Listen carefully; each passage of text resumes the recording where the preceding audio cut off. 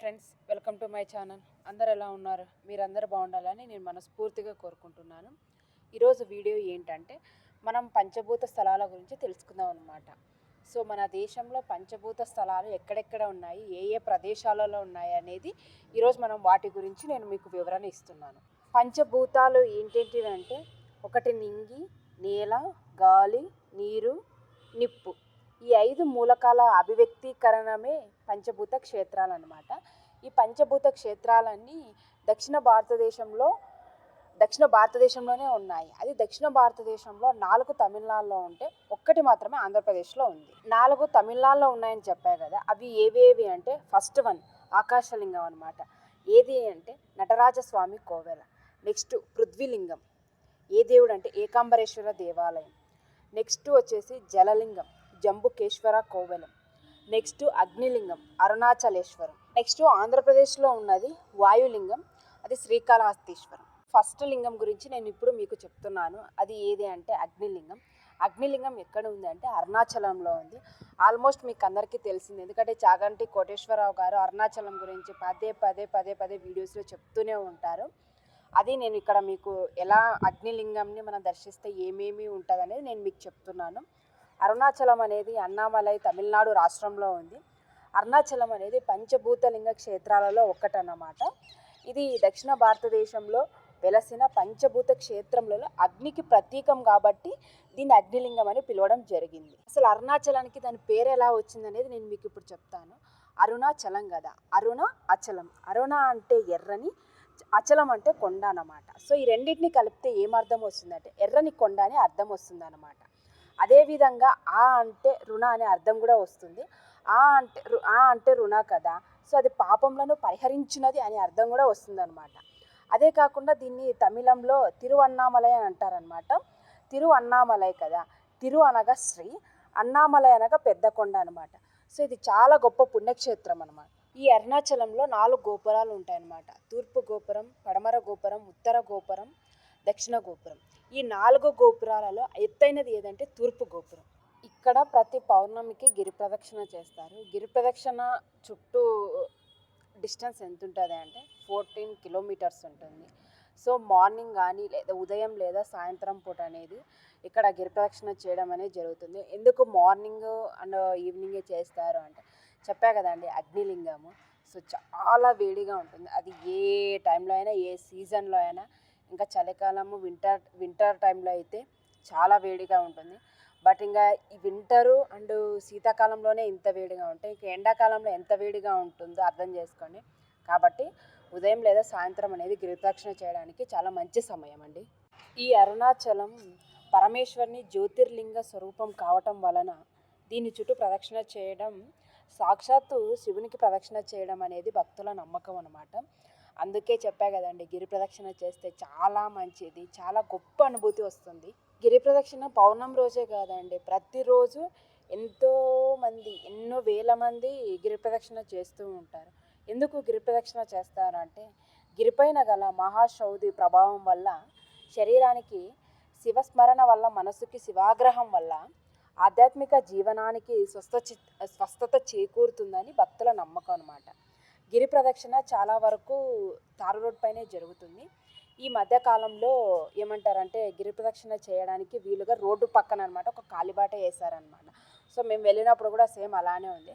But గిరి ప్రదక్షిణ అనేది మనం ఎడమ సైడ్న చేయాలి, కుడివైపున చేయకూడదు. ఎందుకు కుడివైపున చేయకూడదు అంటే సిద్ధులు అదృశ్య రూపంలో గిరికి ప్రదక్షిణ చేస్తుంటారు కాబట్టి మనం వారికి ఎదురుగా వెళ్ళకూడదు. కాబట్టి ఎడమ సైడ్నే గిరి ప్రదక్షిణ చేయమని చాలామంది చెప్తూ ఉంటారు. అంతేకాకుండా ఇది తేజోలింగం, అందుకే అగ్నిక్షేత్రం అని అంటారు. అరుణాచల దేవాలయము శివాజ్ఞ చేత విశ్వకర్మ చేత నిర్మింపబడిన దాని చుట్టూ అరుణపురం అనేవి నిర్మింపబడిందని చెప్పేసి పురాణాలు చెప్తూ ఉంటాయి. అక్కడ జరగవలసిన పూజా విధానం అంతా చాలా గొప్పగా ఉంటుందండి. అందుకే ఈ కొండకు అరుణాచలం అనే పేరు వచ్చింది. నేను ఇందాక చెప్పా కదా, ఎక్కువ మంది ఉదయం లేదా సాయంత్రం పూటే చేస్తారని. ఎందుకంటే అక్కడ సూర్య ప్రతాపాన్ని తట్టుకోవడం చాలా కష్టం కనుక రాత్రిపూట లేదా తెల్లవారుజామున ఆ టైంలో గిరి ప్రదక్షిణ చేస్తారనమాట. అండ్ అదేవిధంగా రమణాశ్రమానికి 2 కిలోమీటర్ల దూరం వెళ్ళిన తర్వాత మనం కుడివైపుకు తిరిగి రోడ్డుకు మధ్యలో ఒక వినాయకుని గుడి వస్తుందనమాట.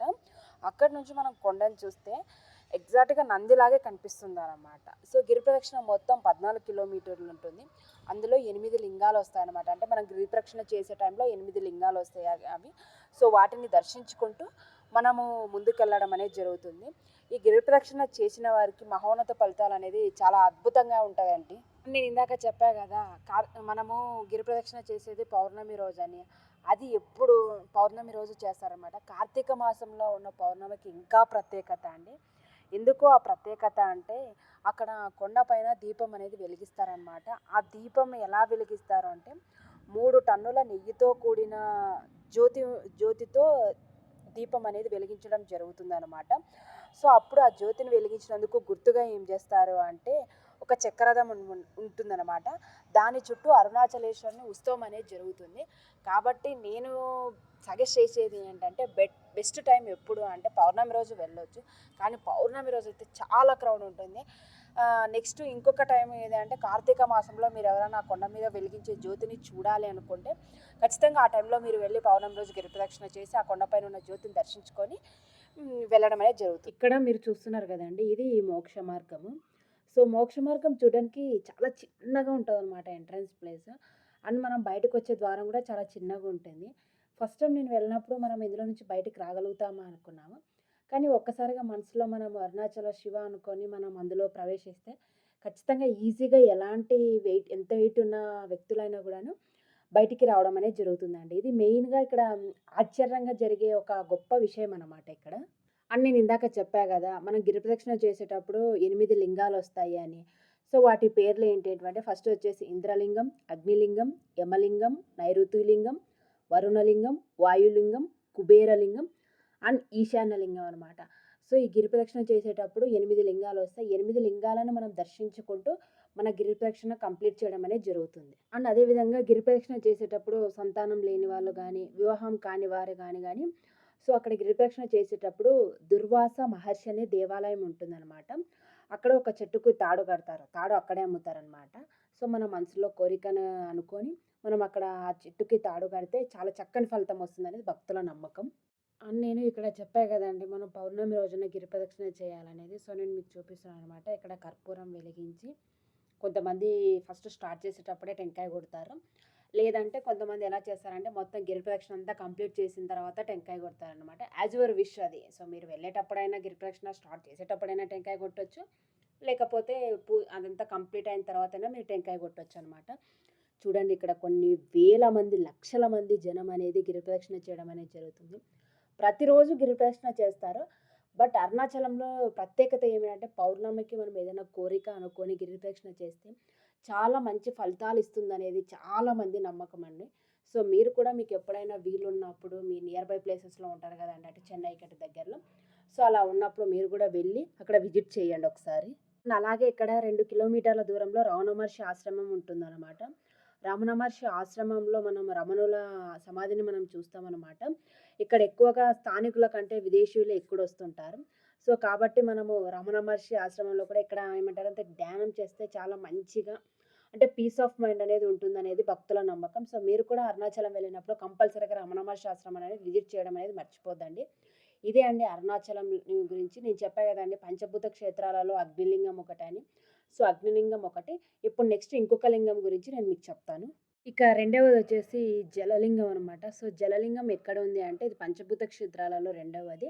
ఇది జంబుకేశ్వరంలో ఉందనమాట. ఈ జంబుకేశ్వరం వచ్చేసి తమిళనాడు రాష్ట్రంలోని తిరుచి పట్టణానికి 11 కిలోమీటర్ల దూరంలో ఉందనమాట. జంబుకేశ్వరానికి ఇంకా 2 పేర్లున్నాయండి. అవి ఏంటివంటే ఒకటొచ్చేసి తిమేవకాయ్ అండ్ రెండవదొచ్చేసి తిరువనై కావల్ అనమాట. ఇక్కడ ఎందుకు జంబుకేశ్వరం అనేది వచ్చింది అంటే ఇక్కడ పురాణాల ప్రకారము ఏనుగుల చేత పూజలు అందుకున్న గొప్ప క్షేత్రం అండి. అందుకే జంబుకేశ్వరం వచ్చింది. అంతేకాకుండా ఇక్కడ అధికంగా జంబు వృక్షాలు ఉండడం వల్ల దీనికి జంబుకేశ్వరం అనేది కూడా వచ్చింది. జంబు వృక్షాలంటే తెల్ల నేరేడు వృక్షాలు. జంబుకేశ్వరం అనేది పవిత్ర కావేరి నది ఒడ్డున ఉందన్నమాట.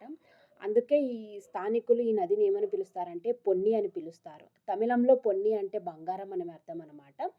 అదేవిధంగా ఇక్కడ కావేరి నదిలో మనం స్నానం చేస్తే జంబుకేశ్వరుడుగా వెలిసిన శివుణ్ణి కొలవడం అనేది చాలా శ్రేష్టం అనేది ఇక్కడ భక్తుల నమ్మకం. జంబుకేశ్వరుడుగా పేరు పొందినప్పటికీ ఇక్కడ లింగం అనేది నీటితో నిర్మితమైందనమాట. సో, ఇక్కడ గర్భగుడిలో ఉన్న గవాక్షానికి ఒక పేరుందండి. ఆ పేరు ఏంటంటే నవద్వార గవాక్షం అన్నమాట.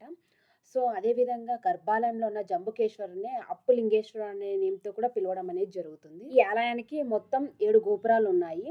అదేవిధంగా గర్భగుడి పక్కన అఖిలాండేశ్వర ఆలయం అనేది కూడా ఉంది. ఇక్కడ నేను చెప్పా కదండీ! జంబుకేశ్వరంలో అఖిలాండేశ్వర ఆలయం కూడా ఉందని. సో, ఇది ఏంటంటే జంబుకేశ్వర స్వామి దేవేరి అఖిలాండేశ్వరి అమ్మవారనమాట. అఖిలాండేశ్వరి అమ్మవారు చతుర్భుజాలతో నిలబడిన భంగిమలో ఉంటారు. అండ్ అఖిలాండేశ్వరి అమ్మవారు పూర్వం చాలా ఉగ్రరూపంగా ఉండేవారని శంకరాచార్యులు చెప్తారు. అదేవిధంగా ఈమె ఉగ్రరూపాన్ని ఆరాధించి ఉగ్రాన్ని తగ్గించడానికి తపస్సు చేసి అమ్మవారిని ప్రసన్నం చేసుకొని శాంతమూర్తిగా మార్చారనేది ఇక్కడ ఈ పురాణం చెప్తుందనమాట. అదేవిధంగా ఇక్కడ అమ్మవారి ఆలయానికి ఎదురుగా వినాయకుడు కూడా కొలువుదీరి ఉంటాడు. అక్కడ వినాయకుడిని ఎవరు ప్రతిష్ఠించారంటే ఆదిశంకరులే ప్రతిష్ఠించారని ఇక్కడ వారు అనుకుంటుంటారు. ఇదే అండి జలలింగం గురించి. నెక్స్ట్ ఇంకొక లింగం చూద్దాం. నెక్స్ట్ లింగం ఏదంటే పృథ్వీలింగం అండి. ఇది ఏకాంబరేశ్వర ఆలయంలో ఉంది. ఇది ఎక్కడ ఉంది అంటే కంచిలో ఉంది. ఏకాంబరేశ్వర దేవాలయం లేదా ఏకాంబరేశ్వర దేవాలయం అనేది తమిళనాడులోని కంచిలో ఉన్న పంచభూత క్షేత్రాలలో ఒకటనమాట. ఈ దేవాలయం గోపురం ఎత్తు ఎంత అంటే 59 మీటర్లు. ఇది భారతదేశంలోనే అతిపెద్ద గోపురాలలో ఒకటి. ఏకాంబరేశ్వర స్వామి అంటే అర్థం ఏమిటి అంటే మామిడి చెట్టు కింద వెలసిన స్వామి అనే అర్థం అన్నమాట. ఏకాంబరేశ్వరుడు వచ్చేసి భూమిని సూచిస్తాడు. దేవాలయంలో ప్రధాన దైవం ఏమిటంటే శివుడు. ఆలయంలో 4 వైపులా 4 గాలి గోపురాలు ఉన్నాయండి. ఒక్కొక్క గాలి గోపురం ఎత్తు ఎంత అంటే 57 మీటర్లు. దేవాలయంలోని లోపల మండపాలలో 1000 స్తంభాలు ఉన్నాయన్నమాట.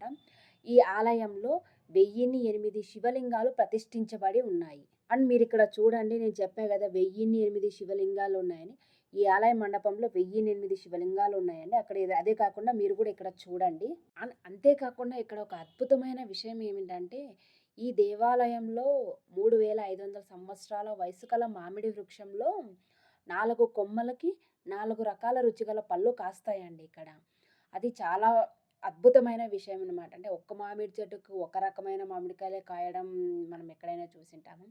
కానీ ఇక్కడ వెలసిన మామిడి చెట్టుకి 4 రకాల పళ్ళనేది కాస్తాయి. అదేవిధంగా మనం సంతానం లేని వాళ్ళు ఎవరైనా ఉంటే ఈ చెట్టు కింద పడుకొని మనం కోరిక అనుకుంటే ఖచ్చితంగా నెరవేరుతుంది. ఇక్కడ మీరు ఈ మామిడి వృక్షం యొక్క కాండాన్ని అద్దాల పెట్టెలో ఉంచి దేవాలయంలో భద్రపరచడం అనేది జరిగింది. ఇప్పుడు ఈ పురాతన మామిడి వృక్ష స్థానంలో దేవస్థానం వారు కొత్తగా మరో మామిడి వృక్షం నాటారు. అండ్ ఇక్కడ పురాణాల ప్రకారం ఒకసారి శివుని భార్య అయిన పార్వతి వేగావతి నదికి సమీపంలోని మామిడి చెట్టు కింద తపస్సు చేసి పాపం పోగొట్టుకోవాలని అనుకుంటుందన్నమాట. ఆమె భక్తిని పరీక్షించడానికి శివుడు ఆమెపై అగ్నిని పంపుతాడు. అదేవిధంగా పార్వతి ఏం చేస్తుందంటే విష్ణుమూర్తిని ప్రార్థిస్తుంది. విష్ణువు వచ్చేసి చంద్రుడిని తీసుకొని వస్తాడు. అతని కిరణాలు ఏం చేస్తాయంటే చెట్టు మరియు పార్వతిని చల్లబరుస్తాయన్నమాట. పార్వతి తపస్సుకు భంగం కలిగించడానికి శివుడు మళ్ళీ గంగా నదిని పంపుతాడు. వారు సోదరమణులు కాబట్టి పార్వతికి హాని చేయకూడదని చెప్పేసి పార్వతి గంగను ఒప్పిస్తుంది. అండ్ శివుని ప్రసన్నం చేసుకోవడానికి పార్వతి ఇసుకతో శివలింగాన్ని పూజిస్తుంది అనమాట. చివరికి శివుడు ఆమె ముందు ఏకాంబరేశ్వరుగా లేదా మామిడి చెట్టుగా ప్రభువు కనిపిస్తాడు. ఇదండి పురాణాల ప్రకారం ఏకాంబరేశ్వర్కి పేరు ఎలా వచ్చిందనేది. అండ్ మీరు ఎప్పుడైనా వెళ్ళినప్పుడు ఏకాంబరేశ్వర దేవాలయం అండ్ మామిడి చెట్టు కూడా 2 విజిట్ చేయండి. ఎందుకంటే ఒక చెట్టుకు ఒక రకమైన పళ్ళు కాయడమే చూసాము. బట్ ఇక్కడున్న మామిడి చెట్టుకి 4 రకాల పళ్ళు కాయడం అనేది చాలా అద్భుతం అండి. ఇది అండి పృథ్వీలింగం గురించి. సో అండ్ నెక్స్ట్ ఇంకొక లింగం గురించి చూద్దాము. అండ్ నెక్స్ట్ లింగం వచ్చేసి ఆకాశలింగం అన్నమాట. ఇది చిదంబరంలో ఉంటుంది. చిదంబర దేవాలయము పరమశివుడికి అంకితమైన హిందూ దేవాలయం అండి. భారతదేశంలోని దక్షిణ రాష్ట్రమైన తమిళనాడు యొక్క మధ్యస్థ తూర్పు భాగంలోని కడలూరు జిల్లాలోని కరైకలకి ఉత్తరంగా 60 కిలోమీటర్ల దూరంలో ఉంది. అండ్ అదేవిధంగా పాండిచ్చేరికి దక్షిణంగా 78 కిలోమీటర్ల దూరంలో ఈ ఆలయం ఉందండి. చిదంబరం నడిబొడ్డున ఈ ఆలయం నెలకొని ఉంది. హిందూ మత సాహిత్య ప్రకారం చిదంబరం అనేది శివుని 5 పవిత్రమైన ఆలయాలలో ఒకటి. చిదంబరం ఆకాశతత్వానికి నిదర్శనం. ఈ ఆలయాల సముదాయం నగరం నడిబొడ్డున వ్యాపించి ఉందండి. శైవుల వైష్ణవుల యొక్క దేవతలు కొలువై ఉన్న అతి కొద్ది దేవాలయాల్లో ఈ చిదంబరం దేవాలయం ఒక. చిదంబరం అనేది చిత్ అంటే చైతన్యం అని, అంబరం అంటే ఆకాశం అని, అందుకే దీనిని అన్ని వేదాల శాస్త్రాల ప్రకారం మానవుడు చేరుకోవలసిన అంతిమ లక్ష్యంగా చెప్పబడిందండి. చిదంబరంలో పూజించబడే పరమశివుడు నిరాకార స్వరూపుడై సాక్షాత్కరిస్తాడు. స్వామి తన సతీమణి శక్తి లేదా శివగామితో కలిసి ఆద్యంతరహితమైన చిద్విలాసంతో ఆనంద తాండవ నృత్యాన్ని నిరంతరంగా చేస్తుంటాడు. అంతేకాకుండా ఈ ప్రదేశాన్ని కప్పి ఉంచే తెరని తొలగించగా వేలాడదీసిన బంగారు బిల్వ పత్రాలు వరుసలో స్వామి యొక్క సమక్షాన్ని సూచిస్తూ కనబడతాయన్నమాట. తెరకి బయట వైపు నల్లగా ఉండి అంటే అది అజ్ఞానాన్ని సూచిస్తుంది. నెక్స్ట్ లోపలి వైపు ప్రకాశవంతమైన ఎరుపులో ఉండి అంటే జ్ఞానాన్ని సూచిస్తుంది అన్నమాట. ఇది చిదంబరంలోని చిట్ సభలోనున్న నటరాజస్వామి విగ్రహం అన్నమాట. విగ్రహంకి ఎడమవైపున ఉన్నది చిదంబర రహస్యము అంటే ప్రాతినిధ్యం వహించేది కట్టబడిన బంగారు విలువ ఆకులు అన్నమాట. నెక్స్ట్ కుడివైపున ఉండేది భార్య శివగామ సుందరారి దేవతా విగ్రహం. ఇక్కడ ఇంకొక ప్రత్యేకం ఏమిటంటే చిదంబర రహస్యము. అది ఏంటి అంటే ఆ సమయంలో భగవంతుడికి పూర్తిగా లొంగి ఆయనను మనలో లీనం చేసుకొని అజ్ఞానాన్ని తొలగించుకొని భగవంతుడి సమక్షాన్ని చూసి అనుభవించి అందువలన కలిగే బ్రహ్మానందాన్ని పొందుతూ ఉంటాం అన్నమాట. ఇక్కడ కేవలం ఒక రోజులో 6 పూజలు మాత్రమే గర్భగుడిలో చేస్తారు. సంవత్సరానికి ఒకసారి 6 అభిషేకాలు ప్రత్యేక రోజులలో ప్రధాన దేవత అయిన నటరాజస్వామికి చేస్తారనమాట. అదేవిధంగా మానవులకు సంబంధించిన పూర్తి ఒక సంవత్సరం, దేవతలకు ఒక రోజు. ఇక్కడ కూడా మొత్తం 4 గోపురాలు ఉంటాయి. ఒకటి దక్షిణ గోపురం, పడమటి గోపురం, ఉత్తర గోపురం, తూర్పు గోపురం. అంతేకాకుండా ఇక్కడ చిదంబర ఆలయం యొక్క బంగారు పైకప్పు కలిగిన గర్భగుడిలో దైవం 3 రూపాలలో సాక్షాత్కరిస్తాడనమాట. ఫస్ట్ స్వరూపం, 2 అర్ధ స్వరూపం, 3 నిరాకార స్వరూపం. ఇక్కడ ఆలయానికి 9 ముఖద్వారాలు ఉంటాయి. వీటిలో 4ంటికి వచ్చేసి 7 స్థాయిలు కలిగిన ఎత్తైన పగోడాలు లేదా గోపురాలు అంటే నేను ఇందాక చెప్పా కదా తూర్పు, దక్షిణం, పడమరం, ఉత్తరంలో ఉన్నాయన్నమాట. నెక్స్ట్ అదేవిధంగా భరతనాట్యంలోని 108 భంగిమలు అంటే కర్ణముల యొక్క శిల్పాలు చెక్కబడి ఉన్నాయన్నమాట. ఇది అండి ఆకాశలింగం నటరాజస్వామి కోవెల చిదంబరం గురించి. సో నెక్స్ట్ మనం ఇంకొక లింగం గురించి నేను చెప్తానండి మీకు. 5వ లింగం లాస్ట్ లింగం వచ్చేసి వాయులింగం అండి. ఇది శ్రీకాళహస్తీశ్వరంలో ఉంది. అండ్ ఇంతకుముందు చెప్పిన 4 లింగాలు వచ్చేసి తమిళనాడులో ఉన్నాయి. ఈ ఒక్క లింగం మాత్రమే ఆంధ్రప్రదేశ్లో ఉంది. ఎక్కడంటే శ్రీకాళహస్తీశ్వర దేవస్థానం ఆంధ్రప్రదేశ్లోని తిరుపతి జిల్లా శ్రీకాళహస్తి పట్టణంలో ఉందండి. ఇది దక్షిణ భారతదేశంలోని అత్యంత ప్రసిద్ధ శివాలయాల్లో ఒకటంటే శివుడు తనను ఆపి మోక్షం ఇవ్వడానికి ముందు కన్నప్ప లింగం నుండి ప్రవహించే రక్తాన్ని కప్పడానికి తన 2 కళ్ళను సమర్పించడానికి సిద్ధంగా ఉన్న ప్రదేశంగా చెప్పబడిందండి ఇది. అండ్ అదేవిధంగా ఇది తిరుపతికి 36 కిలోమీటర్ల దూరంలో ఉన్న శ్రీకాళహస్తి ఆలయం అండి. పంచభూత స్థలాలలో ఒకటైన వాయులింగానికి అంటే గాలి లింగానికి ఇది ప్రసిద్ధి చెందింది. ఇది గాలిని సూచిస్తుందండి. అంతేకాకుండా ఈ ఆలయాన్ని రాహుకేతు క్షేత్రంగా దక్షిణ కైలాసంగా కూడా పరిగణిస్తారనమాట. ఇక్కడ వచ్చేసి వాయు రూపంలో శివుడు కాళహస్తీశ్వరుడుగా పూజింపబడతాడు. శ్రీకాళహస్తిని దక్షిణ కాశీ అని కూడా అంటారండి. ఎందుకంటే స్వయంభూ లింగానికి ఎదురుగా ఉన్న దీపం లింగం నుండి వచ్చు గాలికి రెపరెపలాడతారు కాబట్టి. అదేవిధంగా స్వర్ణముఖి నది తీరాన వెలిసిన ఈ స్వామి కాళహస్తీశ్వరుడు. ఈ దేవాలయం పేరు 3 జంతువుల కలయికతో ఏర్పడిందంటే అవి ఏవేవి అంటే శ్రీ అనగా సాలేడు, కాళ అనగా పాము, హస్తి అనగా ఏనుగుల పేరుతో కాళహస్తిగా ఇది ప్రసిద్ధి చెందిందండి. అదేవిధంగా ఇది స్వర్ణముఖి నది తీరంలో ఉన్న క్షేత్రము. స్వర్ణముఖి ఇక్కడ పశ్చిమాభిముఖంగా ప్రవహించడం జరుగుతుందన్నమాట. ఈ దేవాలయంలోని లింగం పంచభూత లింగాలలోని ఒకటైన వాయులింగం. అండ్ అంతేకాకుండా ఈ దేవాలయం చాలా పెద్దది. పైకప్పుపై రంగులతో చిత్రించిన అనేక చిత్రాలతో కూడుకొని ఉన్నాయన్నమాట. అండ్ అంతేకాకుండా ఇక్కడ కాశీ క్షేత్రంలో వలె ఇక్కడ చనిపోయిన వారికి పరమశివుడు ఓంకార మంత్రంను, తారక మంత్రం ఉపదేశించి మోక్షం ఇచ్చునని భక్తుల నమ్మకం అండి. ఈ దేవాలయ ప్రాంతంలోనే పాతాళ విఘ్నేశ్వర ఆలయం కూడా ఉంది. మహాశివరాత్రి రోజు ఇక్కడ బ్రహ్మాండమైన ఉత్సవం కూడా జరుగుతుంది. ఈ దేవాలయం దేశంలోని అతిపెద్ద దేవాలయంలో ఒకటండి. ఆలయం లోపల అమ్మవారి సన్నిధికి సమీపంలో ఒక ప్రదేశం నుంచి భక్తులు కొన్ని ప్రధాన గోపురాలను సందర్శించవచ్చు అన్నమాట. ఇలాంటి సదుపాయము భారతదేశంలోని కేవలం కొన్ని ఆలయాలకు మాత్రమే ఉంది. అంతేకాకుండా ఇక్కడ రాహుకేతు సర్పదోష నివారణ పూజలు కూడా ఈ ఆలయంలో విశేషంగా జరుగుతాయి. సో మీరు ఎప్పుడైనా వెళ్ళాలనుకుంటే వెళ్ళి విజిట్ చేయండి. మేము కూడా వెళ్ళేసి చూసాము, అక్కడ రాహుకేతు పూజ కూడా జరిపించుకున్నాము. చాలా మంచి జరుగుతుందండి. అంతేకాకుండా దేశం నలుమూల నుంచి వచ్చిన భక్తులు ఇక్కడ తమ దోష నివృత్తి కావించుకుంటారు. ఇంకా ఏమేమి జరుగుతాయంటే ఇక్కడ పూజలు రుద్రాభిషేకం, పాలాభిషేకం, పచ్చ కర్పూరాభిషేకం మొదలైన పూజలు కూడా ఇక్కడే జరుగుతాయి. అంతేకాకుండా శ్రీకాళహస్తీశ్వరము ఇది రాహుకేతు క్షేత్రానికి కూడా ప్రసిద్ధి చెందిందండి. అది ఎలా వచ్చిందంటే నేను ఇప్పుడు మీకు చెప్తాను. పుత్ర శోకానికి గురైన వశిష్ఠ మహర్షికి పరమేశ్వరుడు పంచముఖ నాగలింగేశ్వరునిగా దర్శనమిచ్చాడనమాట. ఈ నాగరూపమునే బ్రహ్మదేవుడు కూడా అర్పించాడు. ఈ నాగరూపం కారణంగా ఈ క్షేత్రానికి రాహుకేతు క్షేత్రం అనే పేరు వచ్చిందండి. ఇక్కడ సర్పదోషము, రాహుకేతు గ్రహ దోషాల నుండి నివారణ కోసం మనం ఈ స్వామిని పూజిస్తామన్నమాట. అదేవిధంగా స్వామి కవచము నవగ్రహ కవచమునకు కూడా అలంకారములు చేస్తారు. ఇక్కడ ఇంకొక ప్రత్యేకత కూడా ఉంది. ఏంటి అంటే శ్రీకాళహస్తీశ్వర ఆలయ నిర్మాణంలో ఒక ప్రత్యేకత ఉందన్నమాట. అది ఏంటంటే ఇక్కడ వినాయకుడు, శ్రీకాళహస్తీశ్వరుడు, జ్ఞాన ప్రసూనాంబ అమ్మవారు, దక్షిణామూర్తి ఒక్కొక్కరు ఒక్కొక్క దిక్కునకు అభిముఖులై ఉంటారు. అంతేకాకుండా ఇక్కడ కాళహస్తిలోని శివలింగం పంచలింగాలలోని వాయులింగంగా ప్రసిద్ధి చెందింది. అందుకే వాయులింగంగా శ్రీకాళహస్తీశ్వరుని పరిగణిస్తారు. ఆలయానికి 4 దిక్కుల 4 గోపురాలు ఉంటాయన్నమాట. అవి 120 అడుగుల ఎత్తుగల రాజగోపురాలు ఉంటాయి ఇక్కడ పండుగల విషయానికి వస్తే మహాశివరాత్రి రోజు బ్రహ్మోత్సవాలు బాగా జరుగుతాయండి. వారం రోజుల పాటు అంగరంగ వైభవంగా జరుగుతాయండి. సో ఇదే అండి వాయులింగం గురించి, శ్రీకాళహస్తీశ్వరం గురించి. ఇదే అండి 5 పంచభూత లింగాలలోని 5 లింగాల గురించి, ఆకాశం, నీరు, వాయువు మొత్తం 5 లింగాల గురించి నేను ఇక్కడ మీకు చెప్పడం అనేది జరిగింది. Thanks for watching this video అండి. ఈ వీడియో ఎలా ఉందో మీరు కింద కామెంట్ చేసి చెప్పండి. Thank for watching this video. Bye.